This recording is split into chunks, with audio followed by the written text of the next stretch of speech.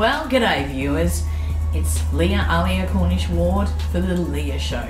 Today I'm going to be interviewing a lady called Victoria Martin. She's a prominent activist and writer, and if you've been to a protest in Perth, you've probably heard her speak. She's very passionate and very knowledgeable about human rights. She is a leading figure in the Refugee Rights Action Network, which means that she's very, very involved in the issues surrounding the asylum seeker debate. She goes and visits people in detention, and her work has appeared in the Green Left Weekly and in the New Parliament magazine blog. She is a frequent media commentator, and her opinions are often sought in her role as a spokesperson for RAN. So this is absolutely magnetic viewing today. Stay tuned, you don't want to miss this. This will make your heart just, I don't know, it'll just make you sad and happy and motivated. I don't know, I just found it absolutely mind-blowing what she had to say today. So we are asylum seekers. We just run away from lots of bad things. How long I'm going to stay here? 5 years? 6 years? No one knows. I feel that I'm living like animals. I feel I'm a prisoner. I wish I could be dog. Then I was free. We are looking for freedom, honesty, justice, and safety. That is all we are looking for. Hi, I'm Mohsen. I know what it is like to be a child in detention. I arrived on Christmas Island by boat when I was 16 years old. Those were the worst days of my life. I still remember how I used to count the days until I was free. I still remember being lonely, bored, scared and sad. I was very upset when I heard the voices of the children and read their letters and saw their drawings. I wanted to help and make sure that all Australians know what's really going on Manus Island. I wanted to help the children and tell their stories so they know they're not forgotten, so they know we care. I'm very upset to see that things have gotten worse since I was in detention. I was in detention for 11 months. But these kids are being told they could be there for 5 years. I would have gone crazy. When I was in detention, I was able to contact the media and groups like Chill Out and Get Up to share my story. The children on Manus Island are all alone and nobody is listening to them. I'm worried about the children in Manus Island. They are asking for our help and I think we should help them. Will you join me and tell our leaders to stop playing with children's lives? Help us get this video on the air so it can reach as many people as possible. First question I want to establish is, how long have you been an activist for?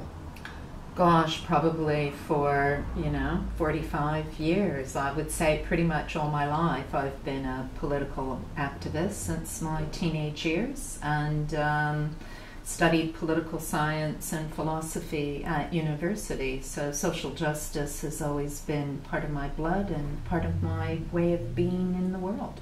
Right.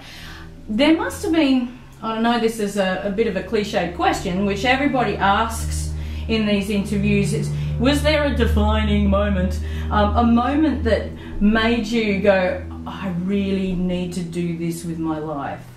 Because you don't sustain that kind of passion for 45 years without something like that, maybe.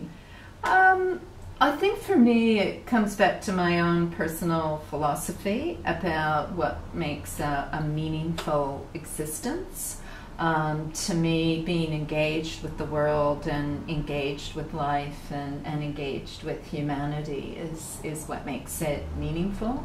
I have a passion for social justice issues and a sense that values like freedom and equality and justice are fundamental to creating the kind of world that I want to live in.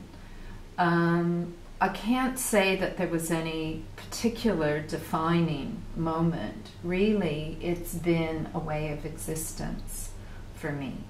And I know that that's not the case for a lot of other people. But for me, it's been a way of viewing and engaging with the world. But I also just find it very interesting. You know, I can go out to Maragarup and hang out with the Indige mob there, and they're interesting.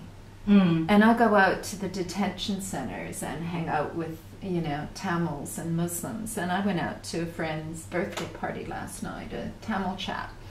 And, you know, there's all these friends of his and mutual friends, and just very multicultural, and all these, you know, groovy young Muslim men and women, and Tamil men and women, and Anglo men and women, and Vietnamese, and everybody. And we're all just grooving in this insane way to this funky Tamil music. Yeah.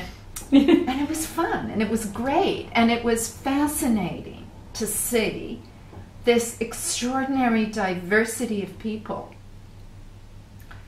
all communing and being together. Yes. In this positive, pro-social way. And to me, it was this little microcosm of what society can be if we allow it to be that way. And if those of us that have a different vision of society from this structured, hierarchical, unjust society in which we actually live, to create the kind of space that makes our world and our communities great, interesting places to be, rather than hostile, dangerous places. Yeah, I mean, I suppose it's the positioning of a person's psyche that they would prefer to hang around with different people and have a more spicy life than to be hanging around with the same homogenous group the whole time. It's like some people are scared of difference and other people really like it. I think you and I are probably the people that like the difference. Vive la différence.